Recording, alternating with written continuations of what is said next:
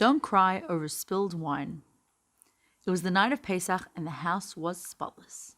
The furniture was polished, the shelves were dusted, and the floor shone brightly.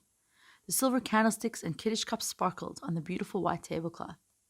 This was the house of the great Rabbi Akiva Eger, and the Seder was set to begin. Around the long table sat all types of people, relatives as well as poor people who had no other place to eat. When the Rav said the words of the Haggadah, Kol Zichvin Yesevi Echol, all who are hungry should come and eat, it was clear that he really meant it. Anyone who needed a meal was invited to come and join. The happiness of Yontif was felt in the room. Rabbi Akiva Eger looked like a king sitting at the head of the table in his pure white kittel.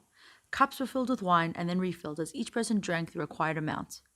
As the Gada was read and the Divrei Torah were said, one of the poor men accidentally knocked over his cup, spilling wine all over the white tablecloth.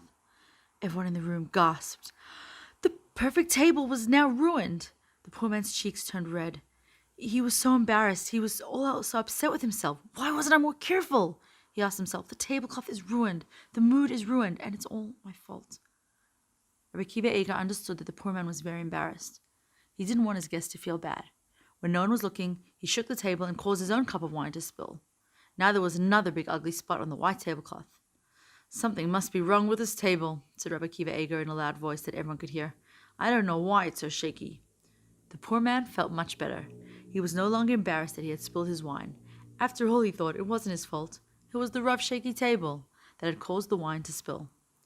Sometimes we see that a person is embarrassed. We must do whatever we can to take away his shame and make him feel comfortable.